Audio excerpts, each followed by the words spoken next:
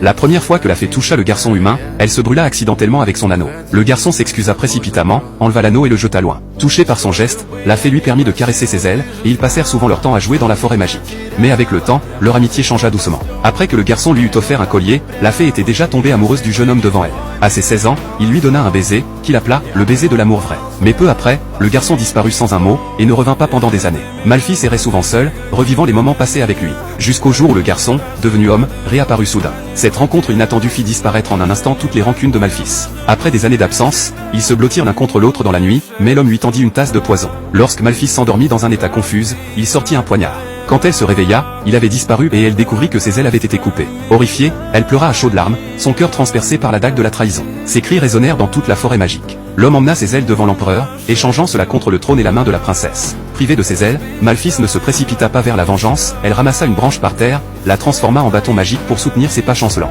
Son cœur était désormais en cendres, et toute la forêt se fanait avec elle. Elle sauva un corbeau, le transforma en homme pour en faire son espion et elle voulait comprendre pourquoi l'homme qui l'avait blessé était aussi cruel. Dès lors, il portait la couronne, revêtu de robe royale, et avait épousé la fille du vieux roi dans une cérémonie magnifique. Apprenant qu'il l'avait détruite pour le pouvoir, Malphys fut emporté par la haine et sombra totalement dans les ténèbres. Un jour, le corbeau revint avec des nouvelles, la femme du roi avait donné naissance à une princesse, et un grand baptême allait être célébré. Malphys décida alors de lancer son plan de vengeance. Lors de la cérémonie, 3 esprits de la forêt, impatientés de plaire au roi, se bousculaient pour offrir des bénédictions à la petite princesse. Mais un coup de vent éteignit les bougies et sema le chaos dans la cérémonie. Vêtu de noir, Malphys marcha lentement sous les regards de tous et lança la plus méchante des malédictions sur la bébé dans son berceau. Before the sun sets on her 16th birthday, she will prick her finger on the spindle of a spinning wheel and fall into a sleep like death.